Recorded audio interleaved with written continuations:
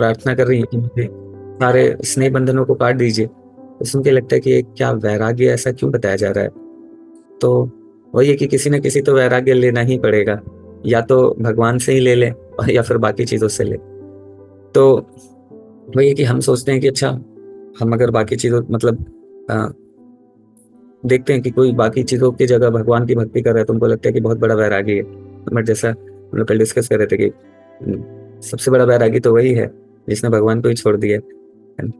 तो खैर, तो हम लोग ये कह रहे थे कि ये डिटैचमेंट क्यों आवश्यक है।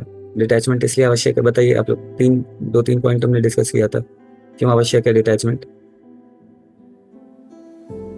चैट में भी लिख सकते हैं, बता भी सकते हैं। हाँ, सबसे पहला तो यही पॉइंट है कि हम अगर डिटैचमेंट नहीं रहेंगे, तो डिटैच नहीं होते हैं, तो फिर हम दुखी तो पक्का है कि होंगे, क्योंकि अगर जब तक जो व्यक्ति अच्छा है वो जब चला जाएगा तो हम दुखी होंगे, है ना। और जब वही व्यक्ति साथ अगर अच्छा व्यक्ति है तो फिर तो जब चला जाएगा तो दुख होगा। और अगर हम वो दूसरा और अगर वो बुरा है तो फिर तो हमेशा ही दुख होता रहेगा, तो मेरे साथ ऐसे क्यों बात कर रहा है, वैसे क्यों कर रहा है, थोड़ा सा भी वो रहेगा तो हम लोग डिस्टर्ब हो जाते हैं, है ना।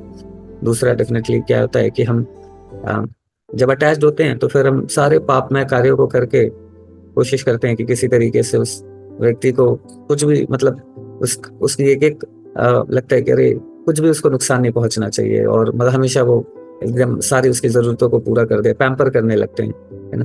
तो उसकी भी सेवा नहीं करते हैं, है ना? तो दूसरा रीजन तो यही था कि उसका मतलब हम फिर सारे पाप में कार्य करने के लिए भी रेडी रहते हैं, जैसे करप्शन है, ये है, वो है। तो ये सबका रीजन क्या है ना। एक व्यक्ति के साथ हम उनका शोषण कर रहे हैं दूसरे व्यक्ति को, ग्रीड को सेटिस्फाई करने के लिए, तो हम भी पाप में कार्य में उलझे रहते हैं। और तीसरा कि हम फिर उसको भी ठीक से सर्व नहीं कर पाएंगे, उसको भी हम पैम्पर ही करके रख देंगे, है ना?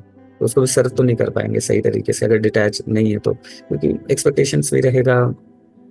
और सही तरीके से फिर हम लगेगा कि पता ही नहीं चलेगा कि क्या उसके लिए सही है, फिर हम क्या बुरा है, इस सब में भी कंफ्यूज रहेंगे। तो ये सारी चीज हमने डिस्कस किया था। लास्ट में एक पॉइंट था कि फिर डिटैच हो कैसे। तो डिटैच होना संभव नहीं है, हमें क्या करना होगा, कहीं ना कहीं से तो अटैच होना है। तो फिर किससे अटैच हो, भगवान से अटैच हो सकते हैं, है ना। लेकिन भगवान से कैसे अटैच होंगे, कि भगवान से अटैच होने के लिए अटैच हम कैसे होते हैं। अटैच हम होते हैं जब हम किसी की सेवा करते हैं, है ना। तो जैसे ही हम भगवान की सेवा करेंगे तो भगवान से अटैच हो जाएंगे। अभी हम जिसकी भी सेवा कर रहे हैं उससे अटैच हैं। तो शुरुआत में ये अटैचमेंट नहीं होता है ना।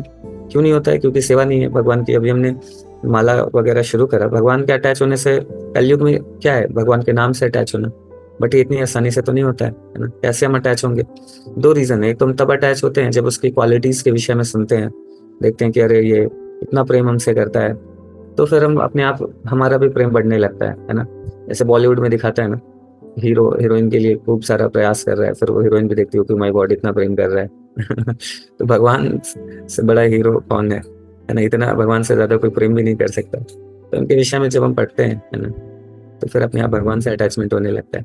दूसरा, उनकी सेवा करते हैं तो सेवा करते करते अटैचमेंट हो जाता है। जैसे नाम जब शुरुआत में तो बिल्कुल उतना अच्छा तो नहीं लगता है, बट जितना हम नाम जब करेंगे उतना नाम जब से हमारा अट्रैक्शन बढ़ने लगता है। तो ये सारी चीजें हमने डिस्कस करी थी।